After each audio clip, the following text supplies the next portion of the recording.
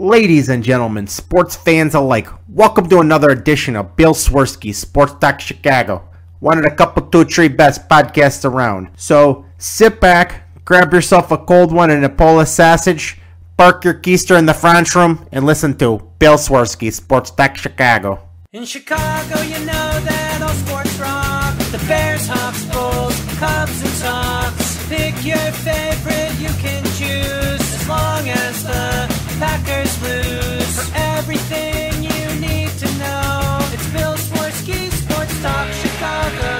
Bill Swerski, Sports Talk Chicago. Hey everybody, welcome to another edition of Bill Swerski Sports Talk Chicago. This is your hosts, Alex and Sean. On this episode, we are going to be very angry, and I don't know why I sound so happy because I am just swallowing venom right now. But first, we'd like to thank our sponsor, the Rockford Ice Hogs. If you're not familiar with the Rockford Ice Hogs, they're the AHL minor league affiliate of the Chicago Blackhawks. What does that mean for you? You get to see the stars of tomorrow today at family-friendly, affordable prices. Sure, season is not going on right now, but it should hopefully start fairly soon. And you should get yourself a hat, shirt, jersey, tickets, and more from icehogs.com. Tell them Swerski Sports sent you. Oh boy, Alex. Oh boy. Oh boy. Oh boy. Oh boy. We all knew this day was coming, that there would be a game where the Bears just got their asses handed to them. Right? I think we all were ready for that day. Not ready for it, but we knew it was going to come. Yeah, I mean, we weren't going to enjoy it. We weren't going to hope it would happen, but we knew that eventually it was going to happen. And, you know, I mean, it came on the road against a team that is one of the contenders in the NFC. And, you know, despite the Rams and their strengths, and look, there were a lot of bad matchups in that game for the Bears, it was still a game where if you had played better, you could have had a chance to win. But here's the thing. Not only did you get outplayed, but you handed them every opportunity you could. I'm not saying that one or two things go different and the game is totally different. I mean, the Rams played a much better game, but you got to consider the fact that there were just way too many mistakes made by the Bears, both on the field and coaching, where you didn't give yourself really an opportunity to put yourself in a position to win. This is merely a punt. You just didn't. Signal for the fair catch. Here's the thing, is the Bears played about as bad in every facet of the game as they possibly could. Mm-hmm. And it felt so like the game was so out of hand. But honestly, the two drives where they came away with no points on either one, the interception in the end zone and the one where they went for it on fourth down at the end. Had they scored touchdowns right there in the red zone, it's a tie game. I know ifs and buts aren't candy and nuts, but literally the Bears went on the road, played the worst possible game they could have played. And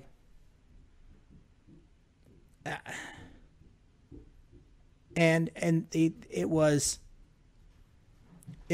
absolutely, it was literally the worst game they could have played. And they had an opportunity to be in the game still. So, right, exactly. They had opportunities, and then they just pissed it away. They didn't really give themselves a chance to get back into that game because what few opportunities they did have, they pissed it away just completely. It's just so frustrating. And, I mean, there's so much anger and venom to go around. And I don't know who on the Bears had a good game. I don't think anybody did. Carlos Santos. I mean, Khalil Mack played probably the best out of anybody, but I just don't know where to start here. I think a good place for me to start, and again, it is hard to know where to start here, but I look at the coaching right now, and there's so much more wrong that happened, but look, on top of the questionable play calling, we had a lot of bad penalties on both sides of the ball. And look, some of that you have to pin on the coaching, right?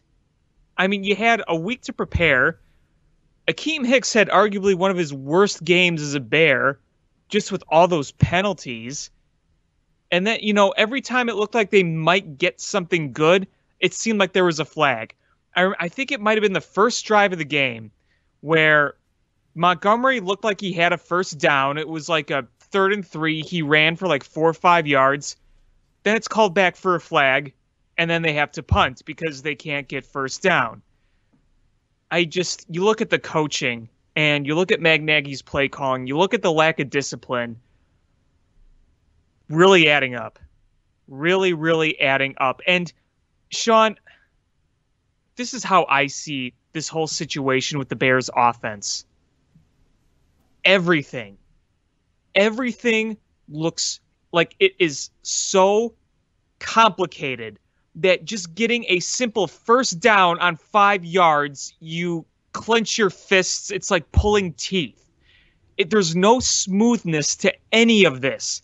The line can't block. Your quarterback play isn't good enough. The run game can't do anything. And then you have play calls where you're thinking, what the hell? Why is Demetrius Harris getting targeted when you see Cole Kmet making plays? Why is Jimmy Graham not on the field when they are in the red zone? I mean, this all comes back to coaching, right? Absolutely. I mean, I literally was screaming. Like, I was on for probably the first half, maybe through halftime, on a Zoom call watching the game with Gary and one of his buddies. And I literally just am screaming, why is Demetrius Harris getting these reps? Why is he getting these targets? Why isn't it Cole Kmet? Why isn't it Jimmy Graham? One of them is a guy that you paid a lot of money to, and the other one was your very first pick in the draft. So why is Demetrius Harris getting these targets? I don't understand, and nobody seems to have an answer. It's Taquan Mizell 2.0, man. And the coaching, you're right. There's so many things where you watch, and Sean McVay coached circles around Matt Nagy. Going into it at halftime, this was a one score game. Yeah, it felt like much more, but yes, it was. And you felt like, okay, the Bears really stunk in that first half, but they're right there in it. And you're like, you saw all these mistakes, and you're like, just clean these things up and keep doing what you're doing on defense, clean these things up, and you're right back in this. And it was Sean McVay that made the halftime adjustments and came out there and looked really good. And, I was probably talking too positively about how close this could have been had the Bears scored, because at the end, the Rams took their foot off the gas because they knew that there was no way the Bears were coming back. But Sean McVay is the one that made the halftime adjustments. Sean McVay is the one that outcoached Matt Nagy. Look at the things he did. He found a way to exploit the Bears defense. He tried a few things. They didn't have the success that he wanted in the first half. And watch what happened is he never let the Bears get set in the second half. As soon as they lined up, they were snapping the ball. The Bears never had a chance to do what they want to do and get set how they want to set. And they put guys in motion and exploited the Bears not being ready. Yeah, and look, they were getting picked apart in that second half. That defense on the ground, passing, they were getting picked apart. Absolutely. They were the run. The Bears couldn't stop the run. And part of it was the Bears had bad technique and tackling. And it was awful. It was really bad. Really bad. And it wasn't just one or two guys. It was across the board. Kyle Fuller, Roquan Smith, Danny Trevathan, Tashawn Gibson, so on and so forth. And, and then on top of that, you added in penalties. Like, how many penalties did the Bears defense have? And it was just, they got exploited. And I'm not worried about the Bears defense, because even getting exploited against a high-powered offense on the road, they gave up 24 points. Right. Yeah, I'm not going to say the defense was good by any means.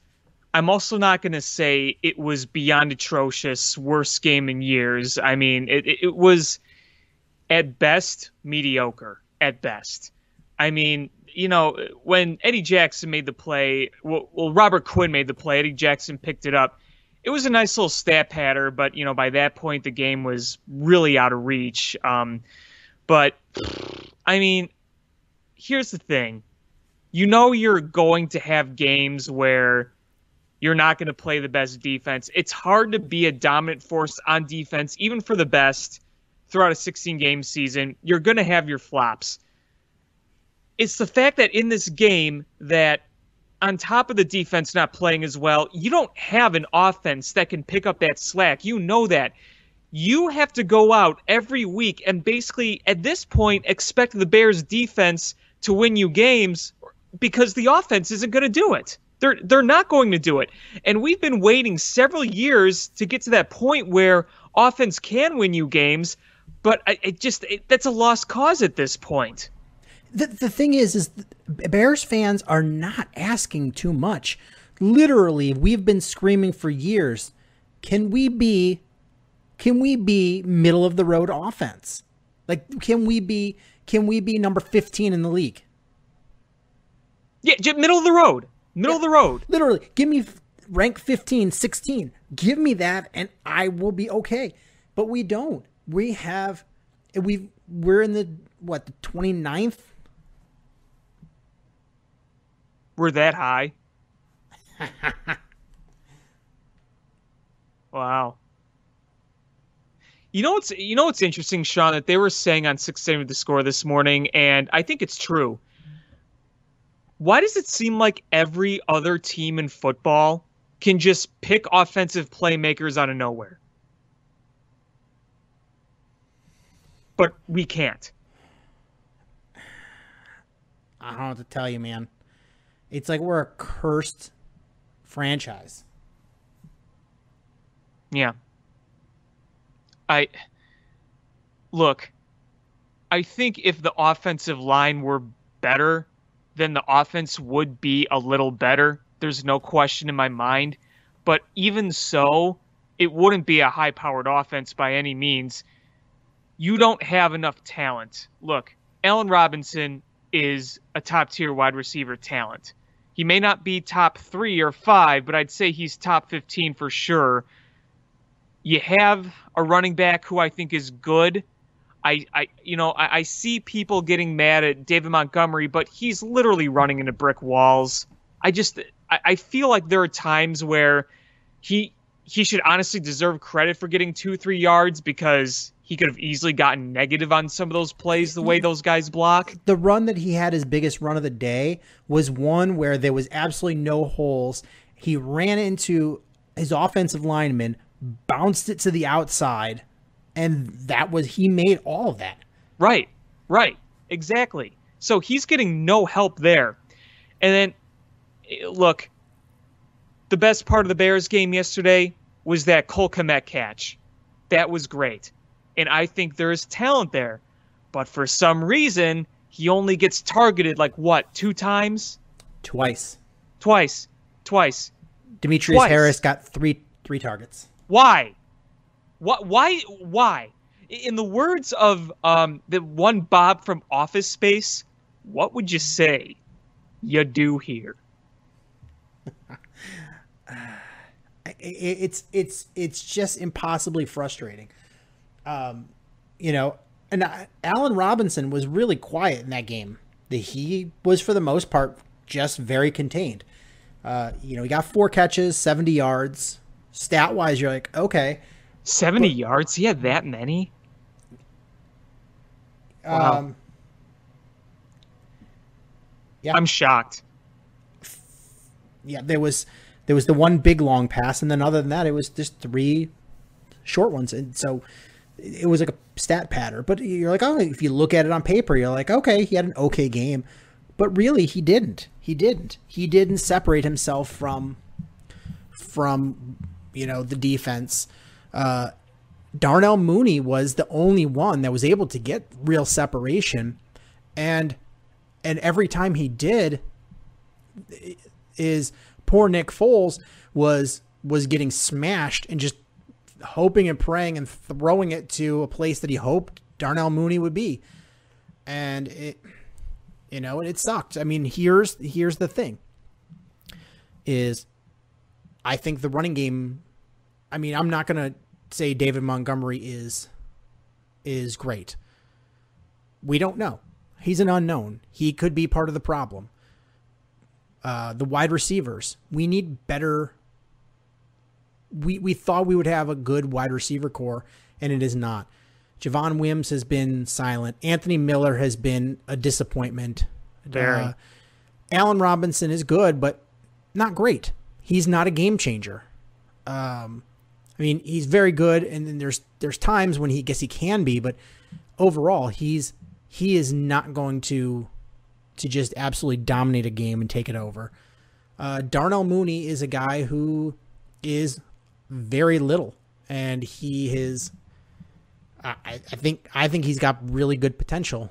I like him. I like him a lot. You've got a piss poor offensive line. Yeah, and I mean, you know, James Daniel was a guy that you liked, and he did well last year. Now he's hurt. He did well last year against Aaron Donald, and he's lost for the year. And you replace him with hot garbage because you had what was supposed to be the competition for the right guard spot between Rashad Coward and Jermaine Ifedi. Jermaine Ifedi just ran away with it, and he has been.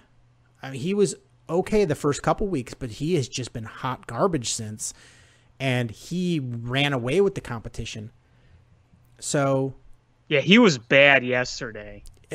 He was. I get nobody's going to look good blocking Aaron Donald, but geez, but he had penalties too. I mean, that's the thing that got me. It's just it was so bad. You had Massey, who was getting beat like a rented mule by Leonard Floyd. That made me want to throw up. I was so sick. And you know what? I don't want, like, Leonard Floyd may think that, oh man, I'm going to show the Bears. No, you mopped up in garbage time. Sorry, Leonard Floyd. You didn't do anything to help that game. Yeah, I mean, Leonard Floyd's not a guy I like hate or anything or like have too many ill feelings toward, but Until just yesterday. seeing, well, yeah, that was frustrating. Yeah, you're right. You're definitely right there. But, you know, Sean, we're at the point right now where just they work out as many people that can block. Get some big boys in here that can block. This Bears offensive line needs something, because if you're going to even start to look a little bit like an NFL offense, you need someone that can somewhat block. Somewhat at this point. I mean, it's like desperation. I just don't know where you find a blocker, though. Like, I just don't know. Sumo wrestler. Just take up the whole space.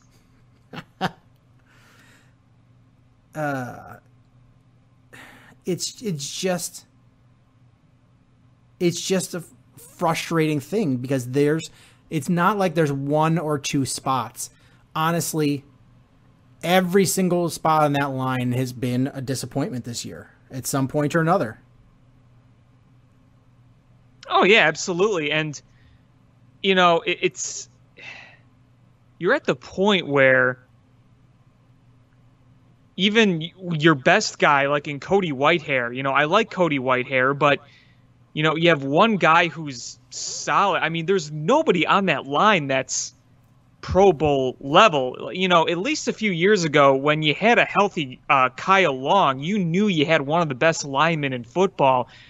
You're at a point where the very best on your line is like solid, and then a bunch of, you know, not good at all.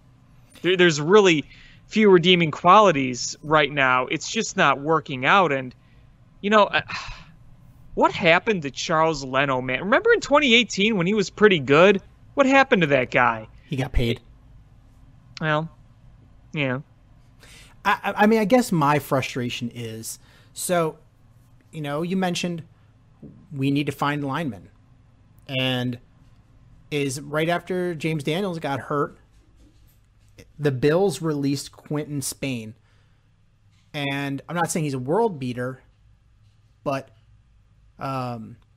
he wasn't released because of his talent. He was released because of some other reasons. And I don't know what they are, but the Bears have not even, there's been no whisper that the Bears have been in on possibly signing him. He's met with several teams, and apparently he's going to sign with, looks like he's going to sign with the Bengals. Yeah. But why in the world you just lost arguably your best offensive lineman for the season, and you don't even give this guy, you don't even kick the tires?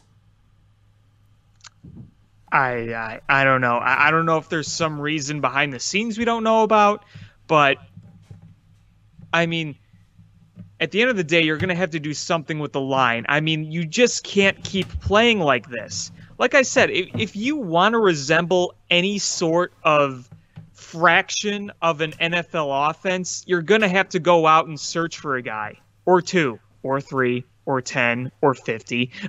But it's not an easy fix. And, you know, you're going to be coming up to the trade deadline, and you're going to be asking yourself, is there anything the Bears are going to do? And I don't think they're going to really make any impactful trades. I mean, it's not like baseball, and I don't think the Bears want to trade away a lot of draft capital, but they might have to sit here and think, well, look, we're still 5-2, so we got to play the season like we're going for it, because every NFL season is precious. And even though I don't think they're really a 5-2 team, and I mean, the record is 5-2. That's really all that matters. But I mean, going forward, you can't sustain the level you were playing at all season and expect to continue to win. But, you know, when you're in the mix, you're going to want to go for it. So what they're going to do, I don't know. How they're going to do it, I don't know. But you can't keep going forward with exactly what you have now if you truly want to contend, if you truly want to take advantage of this 5-2 record. That's the thing is, you know, the Bears still have a very good record. They have one of the best records in the NFL, or at least the NFC. And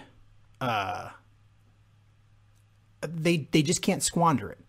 Just you know, you just can't be complacent. You need to put on your big boy pants at this point. Watch the film of this game, no matter how embarrassing, you know, this might be. And it's probably not a fun watch, just watching yourself get beat play after play. It can't be fun, but, you know, you got to learn from it. And it can't just be, well, they didn't do this and they didn't do that. It's a basically, you know, the entire roster needs to essentially look in the mirror and ask themselves, you know, do some soul searching, say, hey, you know, where did I go wrong? What do I need to do better? And honestly, that starts with Matt Nagy. Yeah. This from not coming in with a good game plan right off the bat, you just, I get you don't have the personnel that you want, but you know what? You make do with what you have. That's the difference between winning coaches and losing coaches, is make do with what you have until you get until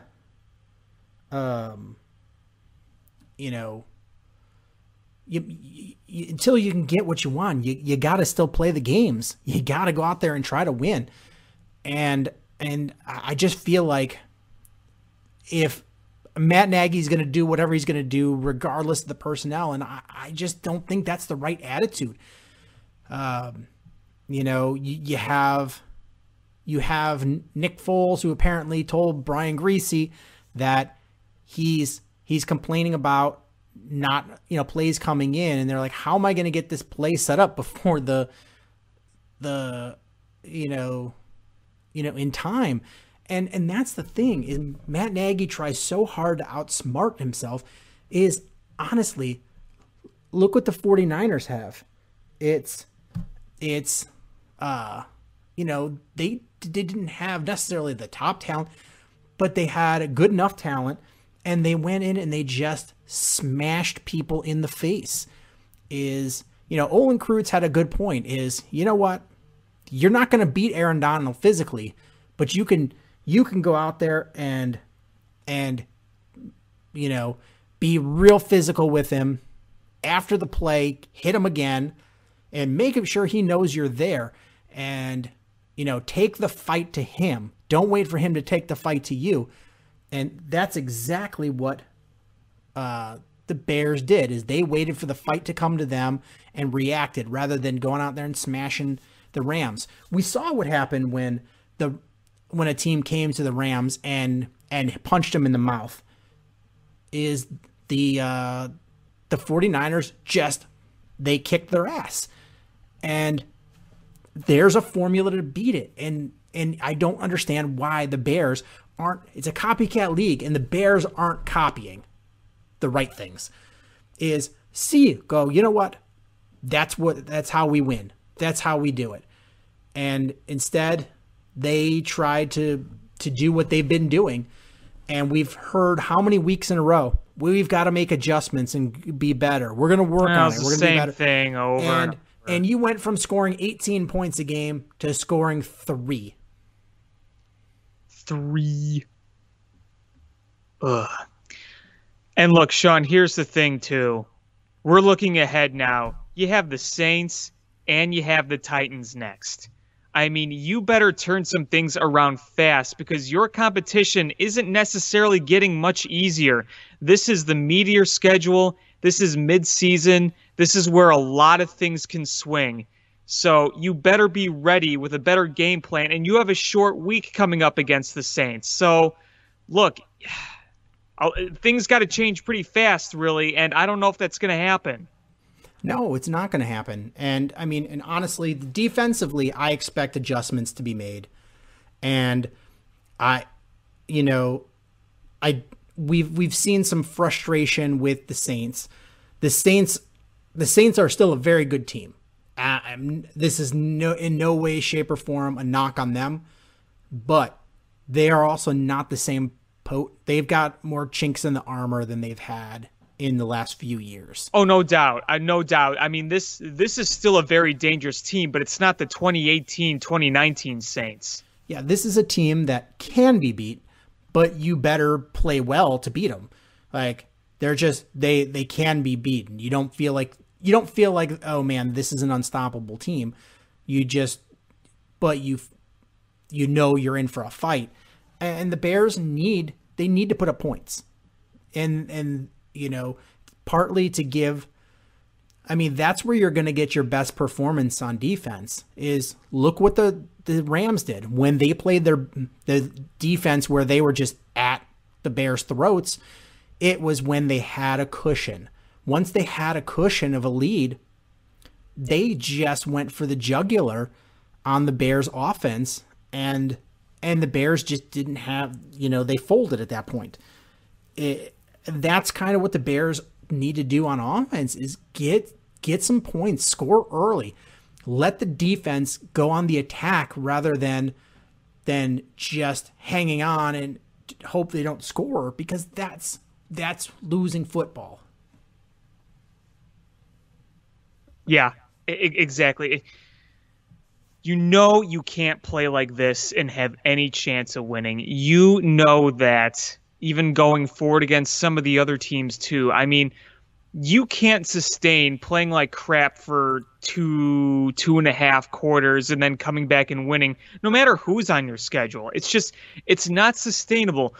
I really liked, even though there were problems last week too against the Panthers, it was nice seeing them jump out in front first and establish the defense kind of right off the bat, because we didn't really see that in the other games. They were always playing catch up. But still, even in that game, you had an opportunity to close it out, and you made a really dumb throw by Nick Foles, and you threw on third down when you were trying to kill off the clock. And then, I mean, obviously it's out of your control with the penalties, but say Nick Foles doesn't, throw that terrible interception and you run up the gut when you're trying to kill the clock, no matter what, if you get the first down or not, the Bears would have run away with that game, and it would have looked like far and away their best played game of the year. The score was close, but that is more of the type of game that you have to play like you did against the Panthers than most of the season, even though you won all but 2 games. Yeah, so, I mean, the thing is Matt Nagy needs to figure out things. He needs to really look and go, you know what? Our offensive line sucks. We need a way to do. I need to scheme things better. Look what Sean McVay did. Is the Bears were playing pretty well on defense. You saw the Rams move the ball a little bit, but they couldn't really connect, and they had 10 points to show for it at halftime. And he went out there and look at the things he did as far as rhythm and timing to make things better. You saw them stretch the field with misdirections and jet sweeps, and you saw them keep the Bears off balance. And that's the things that Matt Nagy needs to do, is he needs to watch the film and see where everybody knows the Bears defense is good, and they kind of know the weakness is the speed angle. Especially if you're going to go towards Danny Trevathan, is you can beat them with speed, and they found a way to exploit the Bears. They frustrated them. They got some penalties, and they got a lead, shut down their offense, and then just pounded on the Bears defense until they won the game. And the Bears on offense need to be able to do that. They need to watch the film and say, you know what? We're not going to do what it is we do, because what we do, number one, sucks. And number two is we're not a good enough offense to impose our will.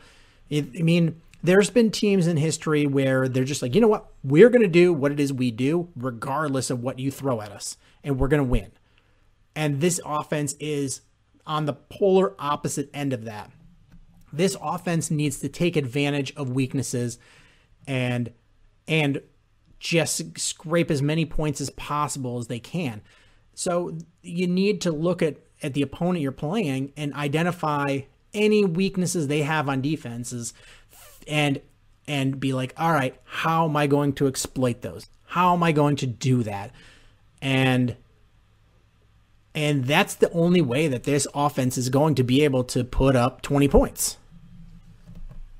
There are people talking, and I think it is at least worth talking about. I'm not saying they should do this, but there are some interesting points made. I know it's like the sign of the apocalypse, but you could almost sense it coming. You saw that there were Bears fans calling to bring Mitch back in, right? No. I saw, but no. And, Nick Foles didn't have a good game, period. No. But he was running for his life. The guy was just getting smashed. And it's it's hard to know what he would do had he had another second or second and a half to throw the ball. And I'm not saying that, he would have been world beater, because he made some bad decisions. Yes, he did. And the thing is, they made the unflappable guy flap in the wind. He looked like, the unflappable guy looked like the thing that you put in front of the used car lots that waves around in the wind. That's how flappable he looked. It did kind of look that way. I mean, he's tall enough to be one of those things. You had that guy rattled. A guy that just doesn't get rattled. You had him rattled. And the Bears were like, okay, we can't pass protect, so let's drop back 40 times. Ugly. Very ugly. Very, ugly, very ugly. Very ugly. And it just, it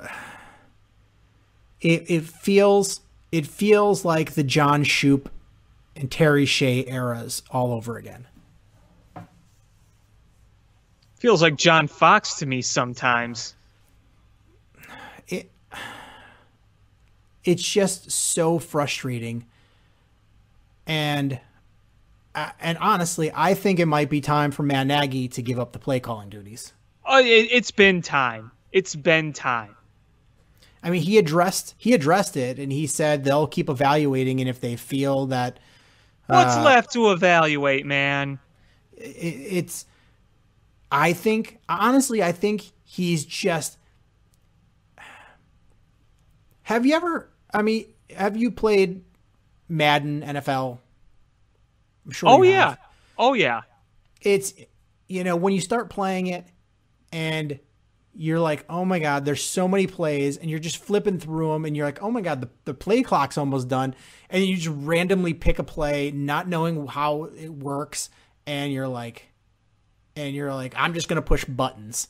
Yeah. And that's kind of what happened to Matt Nagy. I feel like he understands what the game plan should be, but when he gets down, he's got so many plays. Things are so complicated that he's just choking and, doesn't know his playbook as well as he should.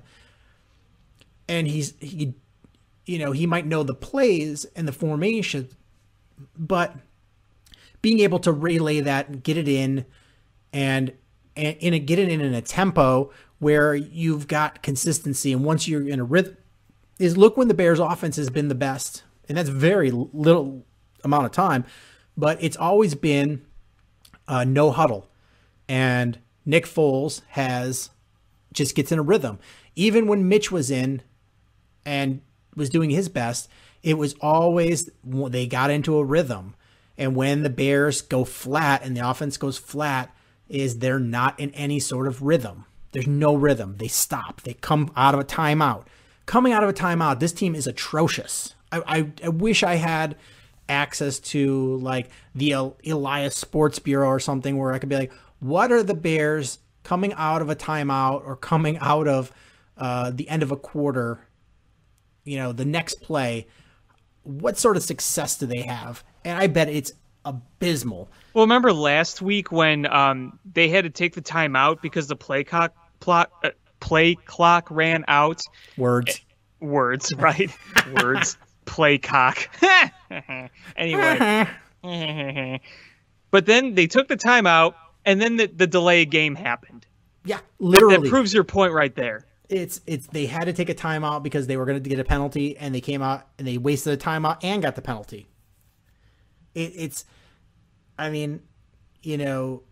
Brian Greasy may or may not have talked to Nick Foles. Nick Foles may or may not have said that about Matt Nagy. Yeah, I heard there was some misunderstandings, but I don't know. But here's the thing. What was said was absolutely true. So whether or not Brian Greasy just made it up, or maybe he read into what Nick Foles said, or maybe Nick Foles said it and just doesn't, now that it's in public, he's just like backtracking. It's true. And Matt Nagy needs to hear it. And I'm glad Matt Nagy heard it because he needs to hear it. And I don't think Matt Nagy's a bad head coach. I just think he's a bad play caller. I agree. I think the elements of being the head coach, as, you know, being kind of that head figure where you get the team together, you establish a good culture, you establish a mindset. I think he's done a great job at that, better than most people we've seen here. I mean, you know, you got to give him some credit for the record that he has as Bears head coach and leading them to a division title in his first year. But yeah, I mean, you can distinguish the play calling and the head coaching, and I like the guy as a head coach, but as an offensive mind and a play caller, I mean, it is just as bad as it gets. Is Lovey. Lovey was a very good head coach, and his downfall was he couldn't figure out someone to come in and consistently give them good offense. And Matt Nagy is supposed to be that offense, and he's not. And I'm fine. Be in on the offensive meetings. Be part of the scheme for the week's playbook. Be in on all that. Just don't be the play caller. You know, have the headset on. Listen to everything. Go over, stand with the offensive coordinator, and, you know, and be like, hey, I'm seeing this, or hey, I'm seeing that, and suggest some things. Talk to the quarterback after they come off the field. I'm fine for all of that, but being the play caller, it's a big part of it is they have the wrong personnel in there, and they're calling bad plays, and they're not getting in any sort of rhythm, and it's just tough to watch. It's pulling teeth. It's just absolutely pulling teeth. So I don't know what else to say here. That offensive line is not going to get any better. They should just substitute players. Sumo wrestlers. Who else do you have in there? You know, you've got Jason Spriggs. Can he be worse than what Bobby Massey has been? I don't know. What's Josh Sitton up to these days? Having some sweet hair. But I mean, you look at some of the stats, and they're not that gaudy in favor of the Rams. You know, first down numbers, they just smoked the Bears. But third down efficiency, the Bears were 4-14, Rams 4-13. So 29% versus 31%, very close. The almost 100 more net yards, which is a lot, but not astronomically a lot. Average yards per play, but I got about a yard more. You look at time of possession, it's 29.5 versus 32.5, pretty close. Then you get down to the red zone efficiency, and the Bears were at 0%, and the Rams were at 75%. And when you go into goal to go, so within the 10-yard line, the Bears 0%, the Rams 100%. That's where the huge difference is. Mm-hmm. Yep. And here's the thing, is we've talked about it before. The Bears have, the difference between being a not good offense and being a good offense is being able to make some big plays, some explosive plays in a game. Get a handful of those, suddenly you go from a bad offense to a good offense, or a mediocre offense to a good offense. The problem is the Bears can't figure out how to be a mediocre offense. And, they had points in the season where you're like, okay, mediocre offense, maybe. They're low-end mediocre. But they've just been looking bad and worse as we've gone along. And, we can't talk about explosive plays right now, because right now we have to talk about keeping the quarterback upright. Yeah. Yeah, and the other thing too is when you look at some of those explosive plays that every other team seems to make, you know, you got to get on the same page. And half the time it feels like the Bears offense isn't even on the same page. I mean, it's like you got to get back to the very basics here. Yeah, it really is. It's like you need to tear it all down, go back to fundamentals, and you just, with this NFL season of being week after week after week, you don't have time to do that. And it's got to start with the offensive line blocking and then establishing a running game. Then it's figuring out how to get explosive plays. Yeah, one step at a time almost. And it really is frustrating that we have to be doing this in the middle of the season. And it is weird that we're talking about this while we are 5-2. But I mean, here we are. I'm sure that not having traditional preseason didn't help. But you know what? Other teams are okay. Green Bay is fine. Seattle's fine. Their defense isn't fine, but their offense is mighty fine. Tom Brady's fine, and his offense. So it's not like everybody just is struggling to score. I mean, quite the opposite. But here's the thing: is it's weird. This is a league that week over week, you completely judge how, completely rejudge how you look at a team. And oh yeah, right now is everyone just beating up the Bears and praising the Tampa Bay Buccaneers. But the Bears just played them a few days ago. and the Bears won. The Bears were able to clamp down Tom Brady. And nobody else has been able to really do that these last few weeks. He's just looked on fire. And the Bears did it. With no offense, they were able to do this. So, it's. I just want to reiterate, this team is 5-2. They're not a fluke. They're just a very flawed team, and they need to figure out how to mask their deficiencies. And that is where Bill Belichick has been great, is masking all their flaws by exploiting your flaws first. Like, that's been his thing, is, oh yeah, you're going to exploit my flaws? Well, I'm going to put a quick Band-Aid over it and I'm going to exploit yours. And then when you're going, hey, what the hell? Then you're not going to notice, that you missed my flaws because there's a Band-Aid over them. Like, that's been his kind of thing.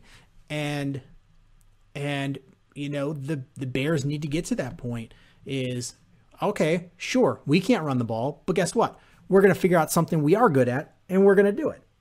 If we need to not actually traditional hand the ball off more than 5 times in a game and rely on screen passes and wheel routes and jet sweeps, then, and then if those work, all right, that's what we do. This is a season where you are, you look at some of the bad teams and, like, legit, somebody from the NFC East is going to make the playoffs. And they might be like 5-10-1. And that team, is going to they're going to play a game at home in the playoffs. Mm-hmm. And I'm looking at what are they? The team in first is the Eagles at 2-4-1. That is just awful. I mean, that is epically terrible. I mean, so what are they on pace? Yeah, for 5 wins, 6 wins? Somewhere abouts. This is a bad division. So like the West is good. Like, that's I can't. Let's see the standing. NFL standings. So the East is garbage. Yeah, 2-4-1 the Eagles. So that's it's funny. I thought the Cowboys actually had a chance of winning that division. Going into this year, me too, absolutely. Even like 2 weeks ago. And then John Bostic just totally ended any chance of that. He just smashed Big Red, and now the Cowboys are playing with a random fan playing quarterback. Yep. Not looking good there in Dallas. So the Eagles percentage-wise are on pace to have 5 3/4 wins and win this division. Isn't it frustrating how the Eagles just back their way into playoff spots every single year? But the West is good. When the 49ers are in last place, they're a good team. Cardinals are good. Seahawks are good. Rams clearly are good. The Vikings are the Bears division. The Packers are clearly good. The Bears are good. The Lions are garbage. The Vikings are garbage. Yeah, the Lions, I don't know. I'm not going to say they're good, but I just don't think they're as bad as people think. They're the Lions. Okay. They're just going to lion it up. And then the South, the Falcons are just toast. I think the Panthers are toast. And then it's the Saints and the Bucks. So, here's the thing, is that having the NFC West be so stacked, some of those teams aren't going to make the playoffs even though they're really good. Which means some bad teams are going to make the playoffs. So if you're the Bears, you got to figure this shit out because the NFC is winnable. It's winnable. You've beaten the Buccaneers already. You're going to get 2 cracks at the pack. So if you end up playing the Packers, there's no surprises. It'll be the 3rd time you played them. And for good, bad, the otherwise is, even if you lose both of those games, beating a team 3 times in a season is hard. So but it's Bears versus Green Bay, so that would happen. I'm not saying that. I'm just saying it's hard. And, so you at least get, you know what the fight you're in for. You know what they're going to do. You know what to expect. You've seen the results. So, there. You've already gotten punched in the mouth by the Rams. And look at this. A couple years ago, remember when the Bears was at another Monday night game and they did the same thing that the Rams did to us last night? Defensively, we did to them. Mm-hmm. And they went on to have a perfectly fine season after that. They did. I do think that team was a bit better than this Bears team, but I get it. I'm just saying you go back and just because you lost this game, you gotta learn from it. You gotta dig down deep, figure things out, and be like, hey, you know what? We got our asses kicked. How are we gonna make sure this doesn't happen again? Because this is a season where it is winnable. So don't blow it, because you never know what's gonna happen next year. Right, like I said earlier, every NFL season is precious, and that's why 2018 hurts so bad. You really don't know how long you have of a window unless, you're like the Steelers and the Patriots. But, for most teams, you don't really know how much of a window you have in these situations. Yeah, what if the Bears decide to part ways with Mitchell Trubisky and Nick Foles decides to opt out? I think he has an opt-out in his contract. And then you go into the season with, what do you do? You know, so Does Brian Greasy want to unretire? it's you know, you got to be prepared because you never know. You never know what's going to happen. So every season has to be precious. And you're going to learn a whole lot about the Chicago Bears when they play the New Orleans Saints. Yeah, you got 2 huge games coming up. It's are they going to rise to the occasion and say, you know what? We played a bad game. We know who we are. We don't care what anybody says. And we're going to learn from it. Sort of like the Packers did after they got their, well, I think they haven't played. Yeah, they played after it. So after the Packers, after they got their asses literally handed to them, much worse than the Bears did yesterday by the Tampa Bay Buccaneers. They came back and won. Yeah. And that's what the Bears need to do, is they need to come back. And even if they lose to the Saints, if you see it's a close game, it's a big fight, it's a dog fight, and they don't come out on top, but you see that, you know what, the fight's still in them, and we improved, and we are getting better, and we just, that's okay. You can live with that. But if you have another game like today, then you might as well hang it up because you wasted a 5-1 start. Mm-hmm. No question. And I'm looking at the offensive stats. If you go by yards per game, the only teams worse than the Bears are the Washington football team, the New York Giants, and the New York Jets.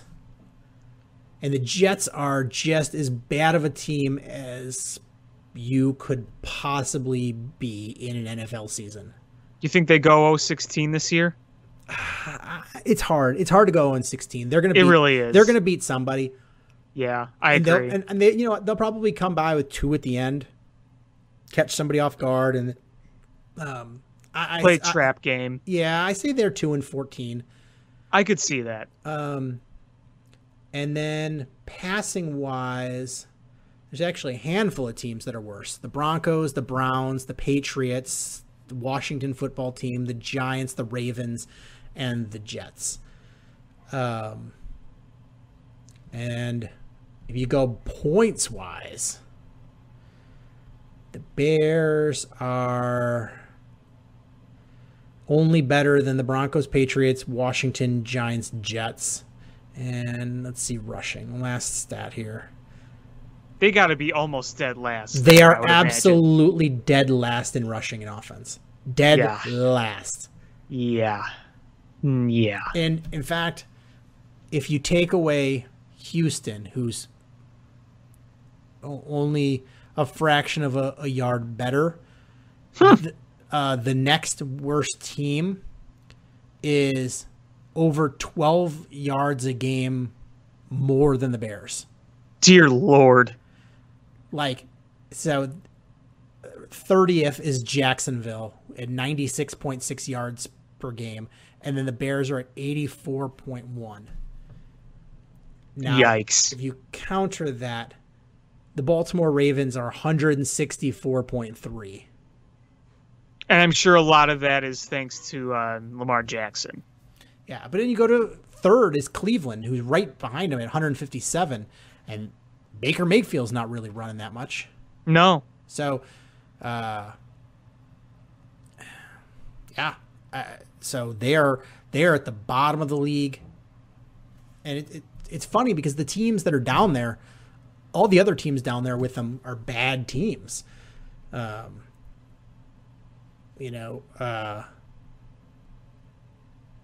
So it's the Jets are terrible. The Giants are terrible. Washington is terrible. The Broncos aren't very good. Jacksonville is terrible. See, they're down there with terrible teams, and their Bears are 5-2. Pretty wild. It is wild, man. It is wild. That's the kind of season it's been. You've overcome things, and it's amazing. that as Bears fans, this is what we've come to expect in our lifetime, is we're going to have a good defense and the offense is going to be miserable. Yeah, every year. It's like, doesn't matter who the coach is, doesn't matter who the GM is, doesn't matter who the quarterback is. That is how it is. Pretty much. I just, I don't even know what to say at this point. There's not much else to say, really. I mean, it's the same tired thing every week that we see with the offense. It's really no different, except you played a little bit worse on every aspect of the game this week, and you didn't do enough on defense to win the game 10-3 or 10-7. So there you go. Yeah, and you don't get a bye for a while. Here's the thing, the Bears have the Saints this Sunday, then the Titans next Sunday, and then is it a Monday nighter against the Vikings? Then they get a bye week. Like,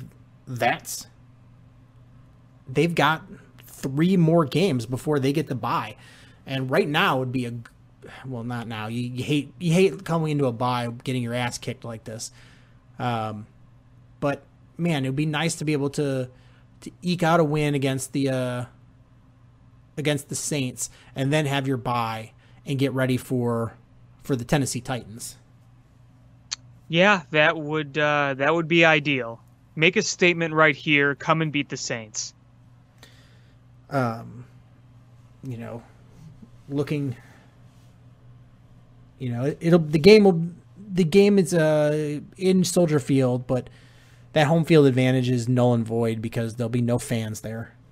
And, they have a better kicker than we do, so it's not like we have a kicking advantage in the wind. No. And it's not like Drew Brees has never played at Soldier Field before. Yeah, he's played at a high level at Soldier Field. So it just, we're seeing the good teams too start to try to find guys to potentially help them along the way. You've seen the Ravens. They went out and got Dez Bryant and put him on the practice squad. Is that going to mean anything? Who knows? Dez Bryant hasn't played in a while. Maybe he sucks, but you put him on the practice squad. What's he going to hurt there? You saw the Chiefs go out and get Le'Veon Bell. You saw the Buccaneers get Leonard Fournette and Antonio Brown. You're seeing the good teams start to bring in guys to help them be better. What are the Bears doing? We know there's weaknesses. So how are we going to fix them? And the Bears are doing nothing.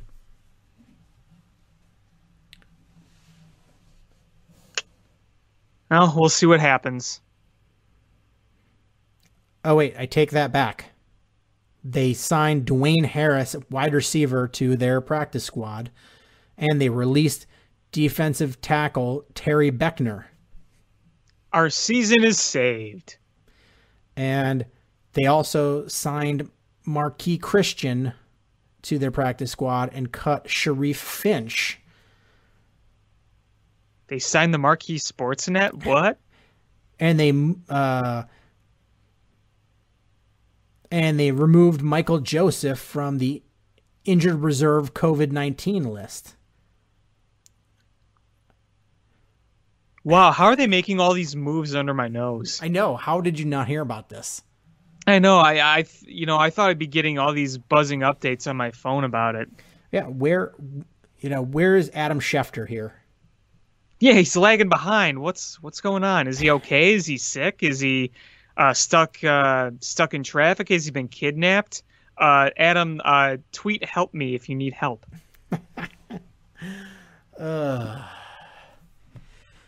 So, yeah, the Bears.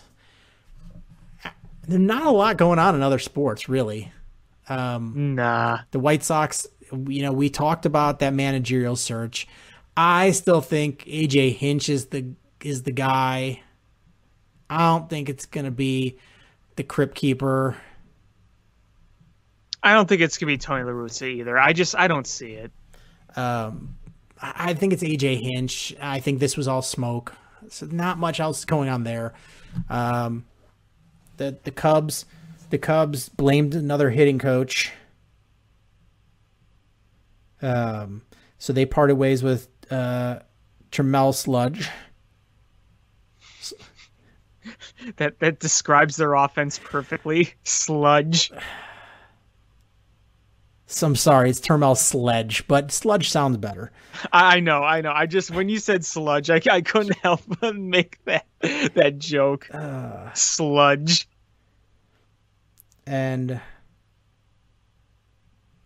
oh, hey, did you see that letter that Stan Bowman wrote to fans? No, I didn't. How did I miss this? I think it might be on their Insta. I know they put it on all over their social media and shit. Let me see if it's on their Instagram. Let's see, Blackhawks. Yeah. Here it is. Do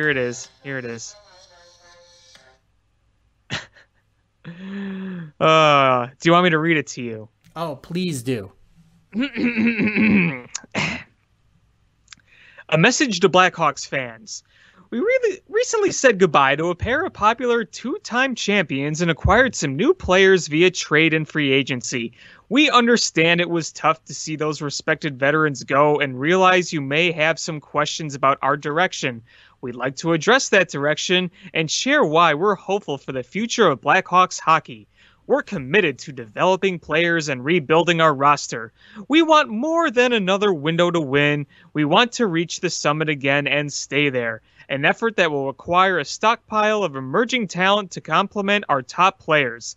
The influx of youth and their progression will provide roster flexibility and depth throughout our lineup. We were already the youngest team in the 2020 playoffs, and several Blackhawks experienced that intensity for the first time. This will help further establish a culture and embrace the grind of improvement driven by competitors who are relentless, engaged, and motivated by a team-first mentality to win. As our young players develop and learn how to win consistently, they'll make some mistakes. Inevitably, we'll miss the mark sometimes, but we'll communicate openly with you on this journey together. We know that what comes next will be more than just words that inspires us. Sincerely, the Chicago Blackhawks National Hockey League franchise. Does he believe that horseshit? Like, seriously. Does he believe that horseshit? You didn't upgrade at all. No, you haven't. I don't care what people say. Brandon Saad's a very solid player. And, how many times how many times have they traded Brandon Saad? Twice now. Well, they traded him, traded for him, and then traded him away. Okay, so they've been involved with 3 Brandon Saad trades. Right. How many times have the Blackhawks gotten the better end of that deal? Well, certainly not this time, and certainly not the first time. I will defend getting him back, but obviously Artemi Panarin's the more talented scorer. But either way, you absolutely lost 2 of those times. You definitely 2, arguably 3, and we've heard so much from this organization about accountability. Where's the accountability for Stan? I don't know. I mean, we saw a change with coaching. We saw John McDonough get let go. We saw a change not just in the major coaching, but in multiple levels in the minors too. Yeah, And now, I've heard rumors saying that they want to extend Colleton. Why? Based on what? Don't say because you made the playoffs. You made the playoffs because of pure luck. You made the playoffs because they changed the format because of COVID-19. I mean, it was the ultimate bullshit. I loved beating the Oilers in the first round, but it was kind of the ultimate bullshit. Oh, it was total bullshit. The Oilers fans have to just be so mad. They were like, this team should not have been in the playoffs. Like, this is bullshit. I mean, it is funny, but yeah. I mean, I enjoyed it. I mean, listen, when it comes down to it, yeah, it would have been nice had they lost and then they would have gotten, won the little lottery and gotten the number 1 overall pick. And maybe some of these things could have actually come to fruition. But instead, Stan reached. We didn't. We won that series. We didn't get the first overall pick. And Stan reached on every single one of his picks. And even if they turn out to be decent players, we're not going to see it for like 4 years. No, I mean, you have a long way to develop your goaltending. And I mean, right now, we are going into the season, as of right now, with 2 goaltenders with very little NHL experience. Who don't, even in their minimal amount of experience, even in their minimal amount of experience, have either of them looked like they could be the guy? No. I mean, honestly, they look more like AHL goalies. Yeah, like one of those guys should be the starter in Rockford. And you're like, we're going to ride this guy. But instead, they're competing for the bigs, the starting spot in the bigs. And that's not good. I really think you have to bring in a veteran no matter what. Like, even if it's someone who's kind of washed up and older, I'd rather have like a washed Jimmy Howard at this point. I know that ain't saying much, but you know what? If you want a guy that can play between the pipes and has been there before, I'd rather have that than AHL goaltending. I can tell you that much. Henrik Lundqvist. Well, he signed somewhere, I think. He? I haven't paid attention. Where did he sign? Oh, the Capitals. He signed with the Capitals. Did he? Yeah. Oh, yeah. Signed with the Capitals. Now, Holtby's available, but they're not going to pay him that money. At this point, you're not going to pay him a lot of money. Let's see what Lundqvist's contract was.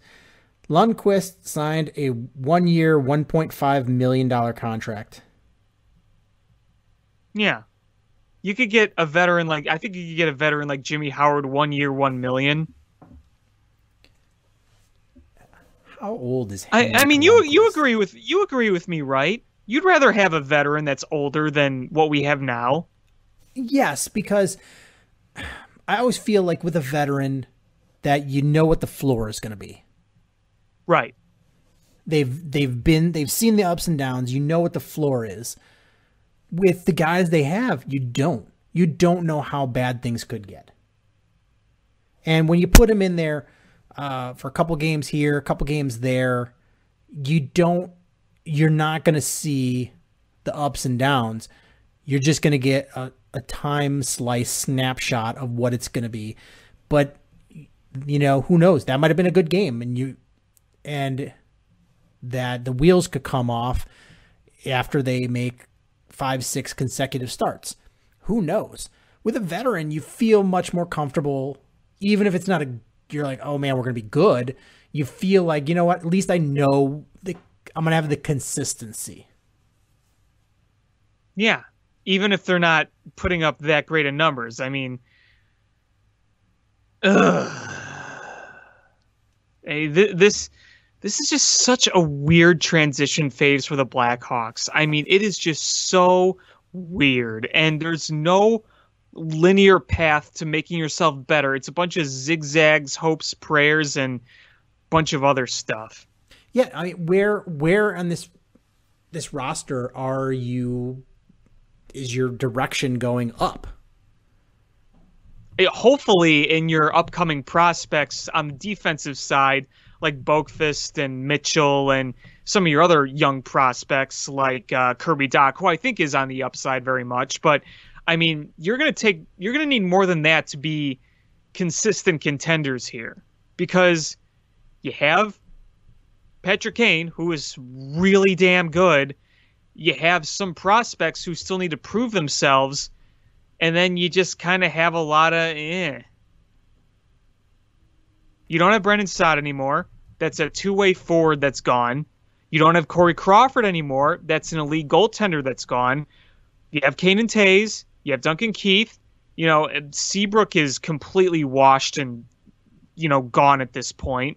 So, yeah, you don't really have anything that you can say there's enough of it to be a contender. You do have some talent, there's no question, but to be a full contender, you just don't have enough of it. You don't have a full unit. You don't have a full offensive unit. You don't have a full defensive unit, and you certainly don't have the established goaltending right now.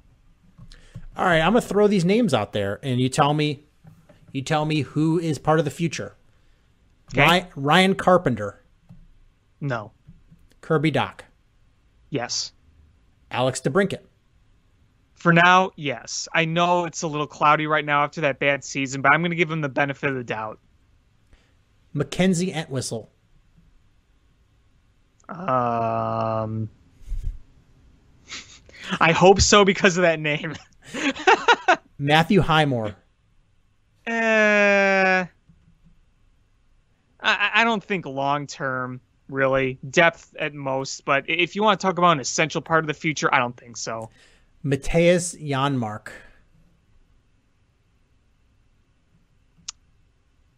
I'll just leave it at that. David Kampf. Meh. I don't know. Patrick Kane. Yes. He's part of the future? Well, yeah. I mean, he's going to be around a long time. He's not going anywhere. Dominic Kubalik. Yes.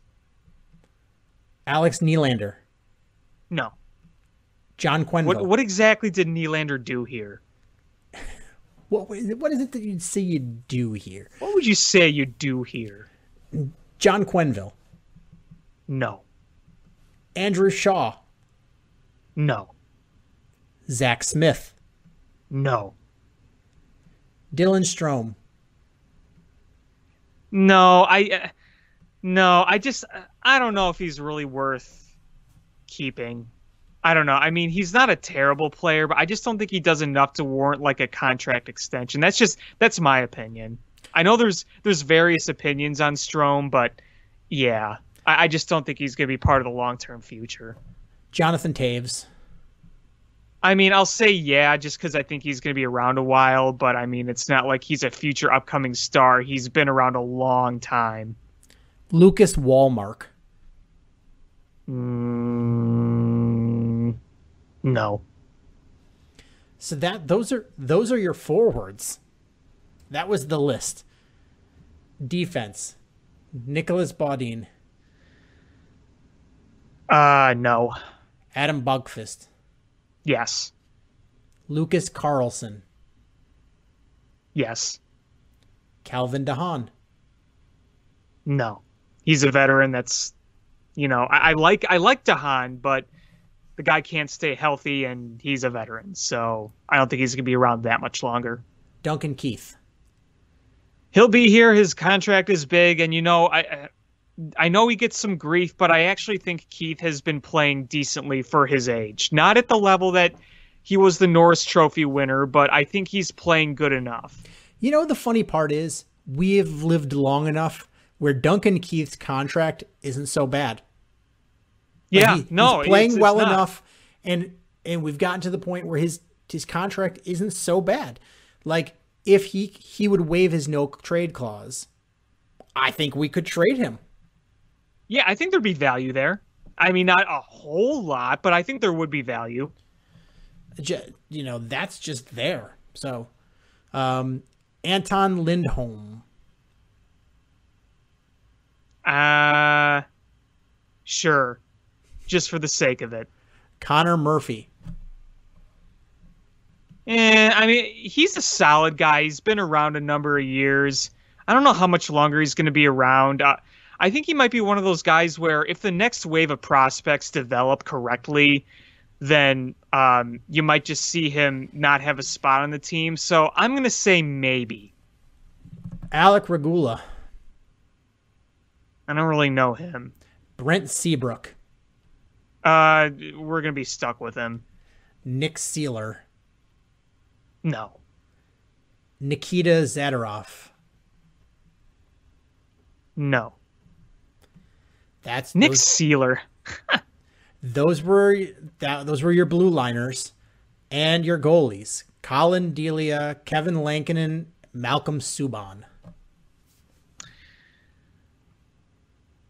None of the long term. The guy you drafted, yes, but Subban and Delia, no. And the thing is, I'm looking. Malcolm Subban's not that young. No, he's not. Like he's in about 2 months, he's gonna turn 27. Like that's not old, but that's not like, oh man, that's our future young goaltender. Colin Delia is like a year younger than that, and Kevin Lankinen's a year younger than that. So like none of them are like, oh, these are young stud goalies. Like we're looking at we should know what we have already in these guys. Right. I laugh bringing up Nick Seeler. I mean, he played like what, 4 or 5 games for the Blackhawks, if that many. Because we got him from the Wild, I believe.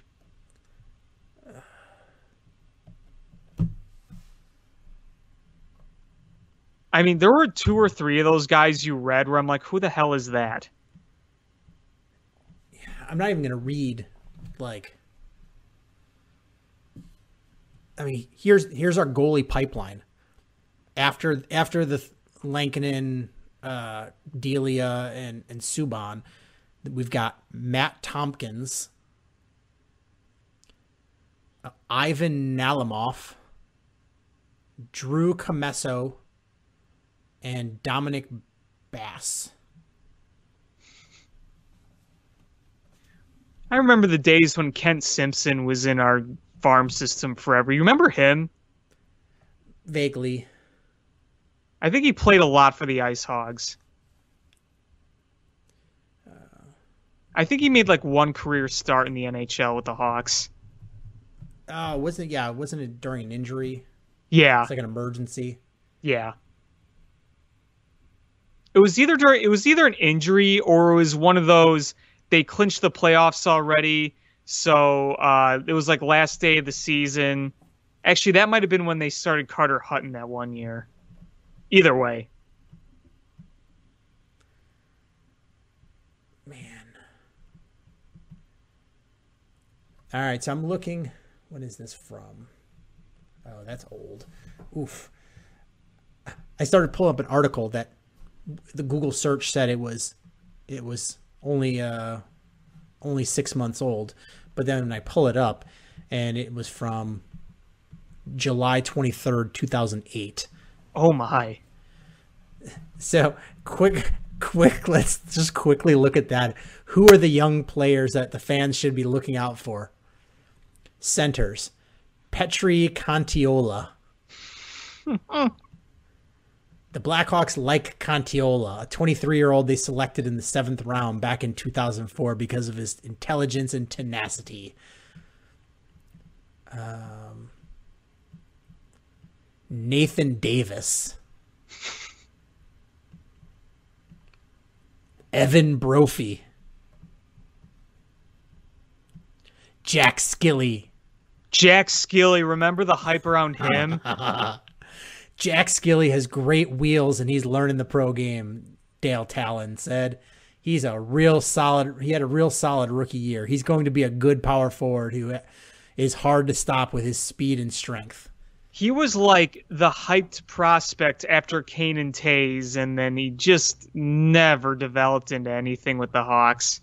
I don't even think he played much where he left. I don't think he had much NHL playing time at all. Then you got Troy Brouwer. Yeah, he was a good player. Yeah. Igor Markarov, Oh, I remember that name. Michael Blunden, Akeem Alou, What, like Moises? Dan Does he Burt- pee on his hands? Did he get tinkle on his hands? He just takes his gloves off, and behind the bench, he just starts whizzing on them. The best is after that story, everyone just started fist bumping him. They were going to shake his hand or high five him. Ew, no. Dan Bertram, Kyle Beach. Kyle Beach. I remember Kyle Beach. Here's a good one. Billy Sweat.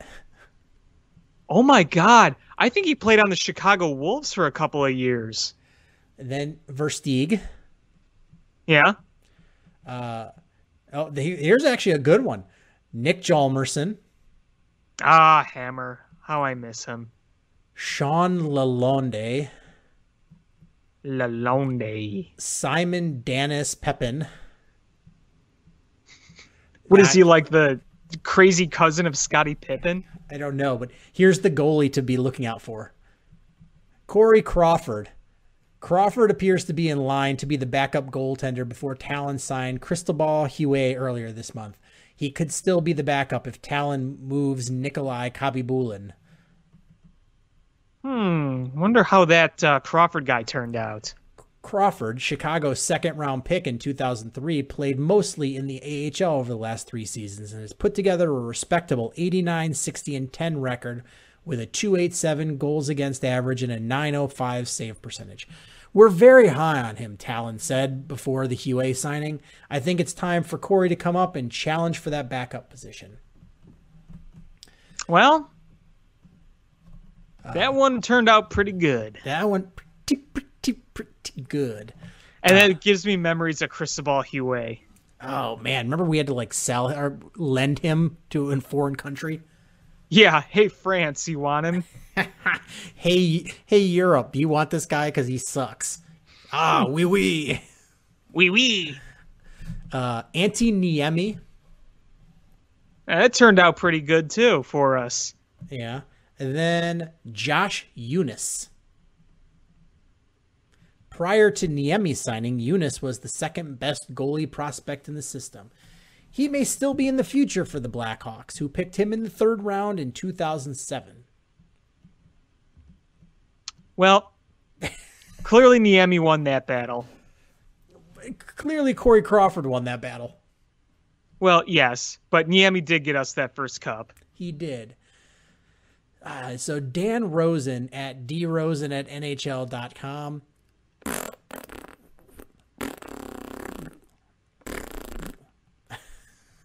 Wow. Harsh. For the most part, that is a dog turd list. Then again, back then, nobody really cared, so... Because back in 2008, I guess we didn't even realize what the highs we were going to get to were, but we would soon realize. 2009, people were like, whoa, this team's actually pretty good. And then 2010. Mm-hmm. I missed the good old days. Me too, man. Me too. And hey, you know what? That run before in 2009, when they made it to the conference finals, beating the Flames in 6, then beating the Canucks in 6 with Nikolai Khabibulin, and that was fun too. That was the Marty Havlat days. Oh, I loved Marty Havlat. Oh yeah, I liked him too. I liked Marty Havlat a lot. But let's be real, Marian Hossa was better. Oh, of course. I mean, there's no question. But I did like Marty Havlat. I legit asked for a Havlat jersey for Christmas. And luckily, I didn't get it. I just picture your room just covered in Marty Havlat stuff. I don't have a problem. What are you talking about? I'm not obsessed with this guy. And just everything is Marty Havlat, including even my body pillow. Yeah, your bed sheet is just a giant Marty Havlat face. I've got one of those fat heads of his face on the wall.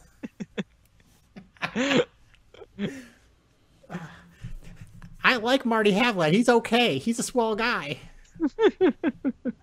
I remember James Wisniewski? Oh, yeah. And I was at a game in 2010. It was right after we traded Cam Barker, and they got a defenseman from the Wild by the name of Kim Janssen, and he scored like a goal in that game, and like never played again. Like he played like a handful of games, and that was it. I know my friend Jason is listening to this episode. Jason, did I give you an autographed Cam Barker rookie card? I believe I did. If so, I'm sorry. It's probably not worth anything. Cam Barker, man. Let me see what happened to him after that. Cam Barker. I think he had a couple of okay seasons after he left the Blackhawks. Yeah, I mean, he was a lower end, defenseman, but he was decent depth for what I remember. Let's look at his hockey reference page, shall we? Yeah, so he played in Minnesota through 2011, and he played 25 games in Edmonton. Then he played in Vancouver 14 games, and at age 26, that was the end for him. Yeah. Now, Kim Janssen, let's see. Yeah, February 12, 2010, traded for Kim Janssen and Nick Leddy. That worked out pretty good. Pretty good. Yeah, Kim Janssen, he played 8 games with the Blackhawks in 2010, and he never played in the NHL again. He had played since 2000, and he played with the Rangers, Philly, several years in Minnesota. Then, at age 33, traded to the Blackhawks, played 8 games, and that was it for his NHL career. In case you were wondering about the great Kim Janssen. I remember when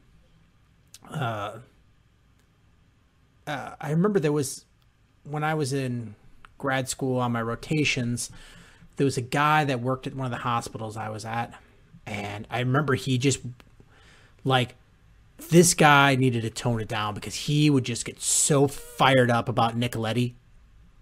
Just like he would go, you'd mention Nick Leddy's name, you'd hear the name Nick, and he would go from 0 to 60 real quick. And I just thought it was hilarious. Like, this guy gets worked up about Nick Leddy. And like you get worked up about Marty Havlat. But he got mad. Like, he was like, this guy should be better. Look how fast he is. He got the wheel. Goddamn Nick Leddy. He was a young guy. He was probably like in his 20s. And he just was heated about Nick Leddy. I've got my Marty Havlat ladle that I use to ladle my pizza sauce on me. My meatball sauce.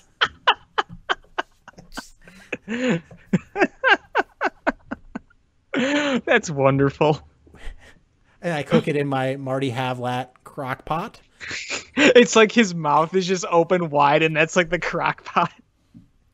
And it's got a voice, and it's just like, it sounds like he's got sauce in his mouth. He's like, Havlat.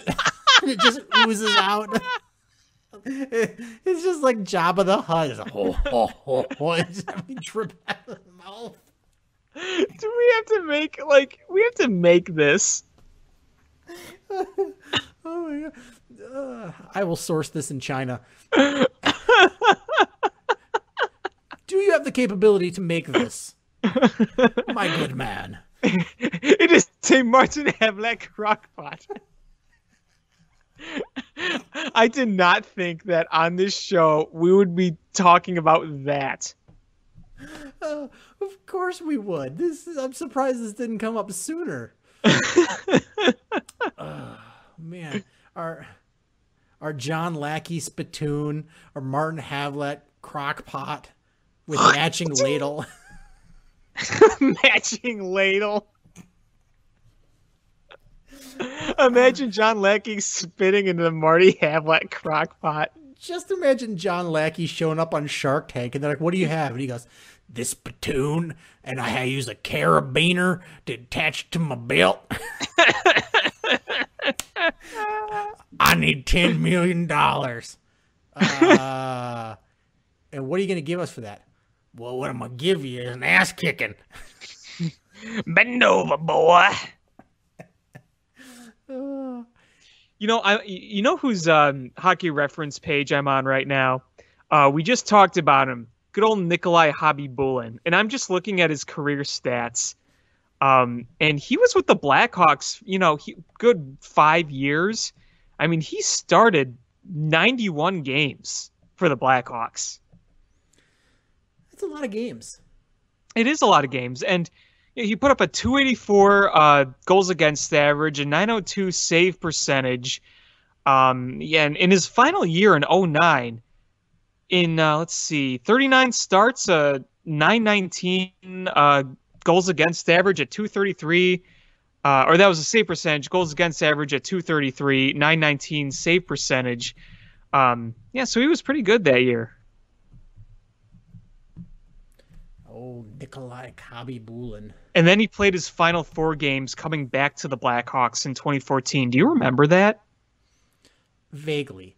But I'm looking at a picture of him, and he totally looks like the dude from Dumb and Dumber. Yeah, he does kind of, doesn't he? He really does. That is kind of creepy, yeah. Oh, my God. Spent a lot of years in Tampa, too. And then he was in Edmonton. And, yeah, his 4 games returning to the Blackhawks in 2014. 4 games, a 501 goals against average, and a save percentage of .811. I'm looking at a picture of Robin Lehner, and he looks like a completely different person without that long, stringy, gross hair. I know, right? It's funny, when I search Nikolai Khabibulin, what shows up is him, Crawford, Delia, Lehner, Subban, Anton Forsberg, Cam Ward, and Scott Darling. Long list of Blackhawks great goaltenders. So, the 2008-2009 Blackhawks had made to the Western Conference Finals.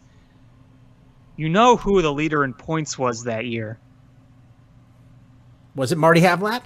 It was. Yes. Get ready to use your crock pot.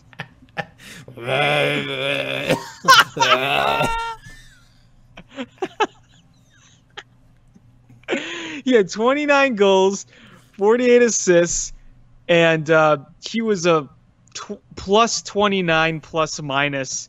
Do you know who the leading goal scorer was that year?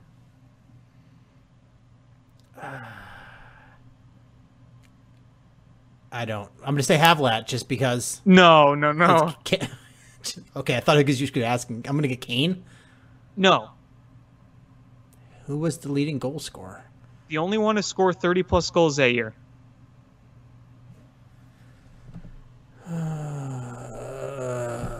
Come on.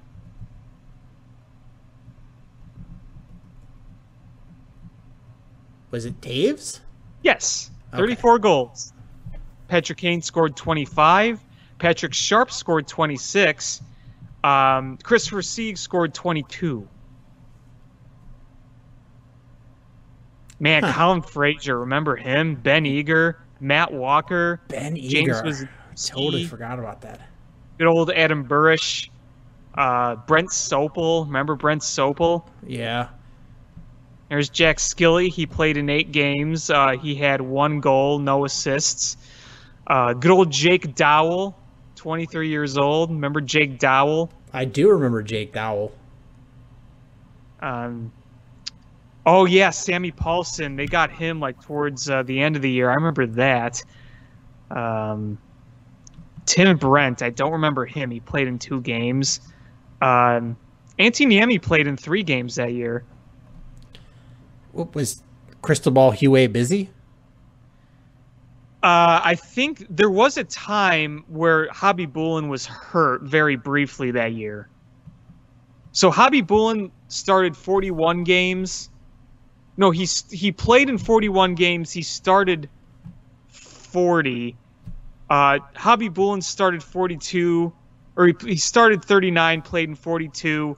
Antiniemi played in 2, played in 3, started 2. Wow, that was terrible reading. But yeah, he played in 3 games total, Antiniemi, and Cristobal Huet played in 41, Nikolai Habibul in 42. Cristobal Huet. Yeah, the former Montreal Canadian.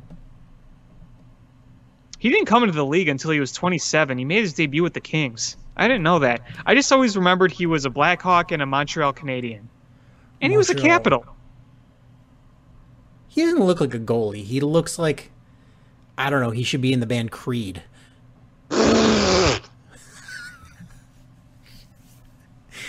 Maybe Nickelback.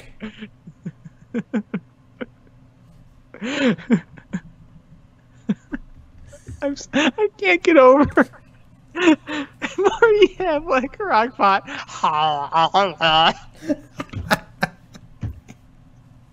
People listening to this are going to be like, what the hell are these guys talking about?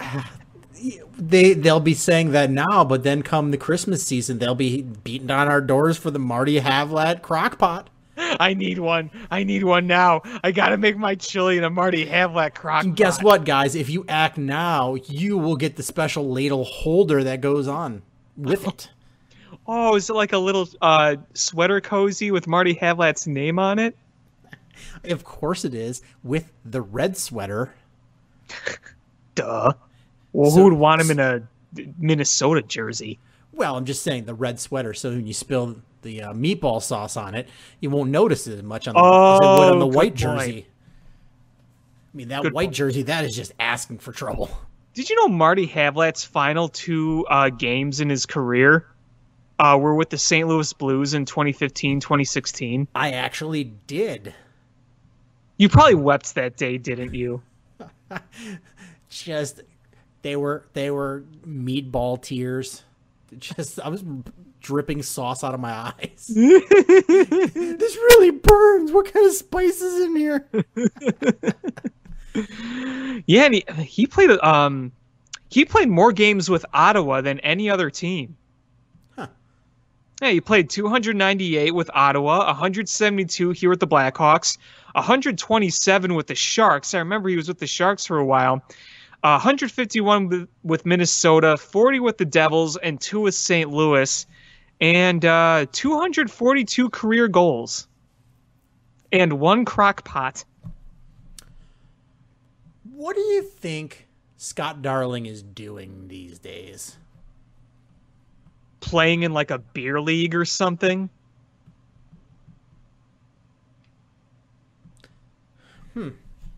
What is, I'm going to Google.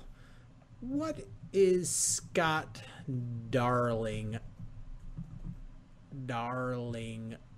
doing now? Thank you, predictive Google, for knowing what I was typing. He went to Austria to play, and then he abruptly left when coronavirus broke out. Oh, that makes sense. And that was I'm looking March. at his stats. Look at his stats. Look at the Blackhawks versus Carolina. With the Blackhawks, 75 games, a .923 save percentage, a .237 goals against average. With Carolina, 887, .320. Boy. Yeah. Yeah. Sports bettors, are you ready? Hey, that guy did some great things for the Blackhawks. You know, I'm not going to be mad at him. I had him on the show once. He was very nice. He was very nice. He's very tall. And he's a Chicago, and he's a Chicago boy. He took the Stanley Cup to Portillo's. I mean, what's more awesome than that? Did he fill it up with cheese sauce? Oh, I hope he did. Oh my God, can you know how many fries you could dip in that thing? Dude, you're making me... Oh, man, that sounds amazing. It's nice and steaming hot, and you're dipping a nice, big, crispy, crinkled French fry in there. So my daughter's birthday was a few days ago, and oh, happy birthday! I will tell her. But part of her gift was we took her on Saturday to see the Lipizaners, the Lipizan horses. And that's nice. her friend came with, who has recently moved to Bloomington, so they don't get to see each other much anymore. But anyway, they afterwards we got pumpkins, and we're like, oh, let's go back to the house and let the girls have lunch together. And they're like, oh, we'll stop on the way, and they're like, we'll get Potbellies. I'm like, I don't want Potbellies. So I'm like, we'll just go to Subway. And then they show up at the house with Portillo's French fries and cheese sauce. I was like, Oh man. I love Portillo's French fries and their cheese sauce. And I'm sitting here eating my sad Subway sandwich going, man, are they going to offer me any French fries? Does COVID live on French fries? But would the cheese sauce kill it if it lived on the French fries? It would kill it with its greatness. I think so. So I felt comfortable, but they never offered. And I was just like, man, I could really go for a Portillo's French fry and cheese sauce. I could go. So for that thinking right about now. Scott Darling with his Stanley Cup full of cheese sauce, just dipping all of the fries in there is amazing. As long as they've washed that thing out first. Do you think Scott Darling cares? Probably not. I don't think so at all. It was filled with champagne. Alcohol kills the germs. There you go. I mean, it's you're in the moment enjoying the cheese sauce and the fries. I'm looking at Scott Darling's Wikipedia. After bouncing around for several years through various minor hockey leagues, his goaltender coach, Brian Dacord, said he was not permitted to play at his hockey school until he made a dedicated commitment to the gym. Interesting. Just wasn't in good enough shape, I guess. And his father told him his motto was, saw the wood that's in front of you. That is such a Lamont thing to say. I know. Old Scott Darling, 6'6" ginger. What would the Marty Havlat crock pot? What advice would he have given? What would the Marty Havlat crock pot said if he would have seen the Portillo's cheese overflowing from the Stanley Cup? I can't believe we actually came up with this. Of all the dumb things we come up with on this show, this has to be tops, but it is so great. And we've come up with John Lackey having a horse that's coconuts. Yeah, like in Monty Python. Yes. So this might take the cake, and it's amazing. All because you said you wanted a Marty Havlat jersey, and I said you were probably obsessed with Marty Havlat, and then you had to take it a step further. If I were to have some sort of superhero power, I was part of the Avengers, I would be take it too far guy. Oh, dude, you'd be my favorite superhero, honestly. Take it too far guy. Love it. Love it. And I wish we could truly make those things a reality. Like, I want to see John Lackey with a wooden horse and coconuts just go around Wrigley Field and go into the Gallagher Way, and Tom Ricketts trying to sell his pumpkins, and he's lassoing people, telling them to buy more tchotchkes. John Lackey at Niagara Falls going down the falls in a giant spittoon.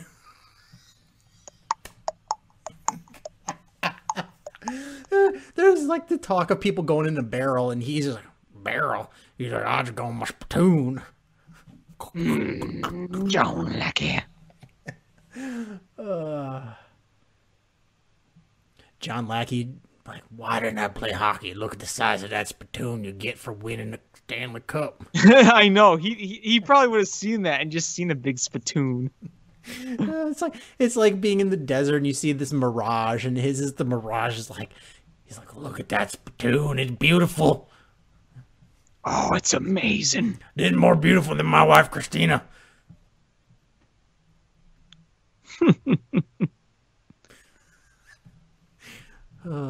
It's more beautiful than the day I met Buttercup. Wow, that's saying something. Was there anything else you wanted to talk about? No, I think I've said my piece. All right. Well, that's going to do it for this episode of Bill Swerski Sports Talk Chicago. I just want to say,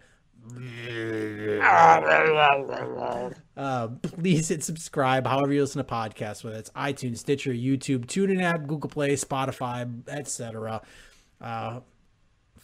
Share this podcast with your friends. That's how we grow the show. Follow us. Facebook.com/Swerski Sports, SwerskiSports.com, Twitter @Swerski Sports. Yeah, thank you guys so much for listening, and until next time, bear down. Cubs win! What a lucky break! The good Lord wants the Cubs to win! We thank Ditka and God for all they have provided. Cubs win! Cubs win! Cubs win! Oh, I don't want her, you can have her, she's a Packer fan. She can't fit in my van. And she looks like number New Yorkers. Smoking crack is not legal on the plains. Bears 31 to -7. The Bears! Oh, when the Bears go bearing down.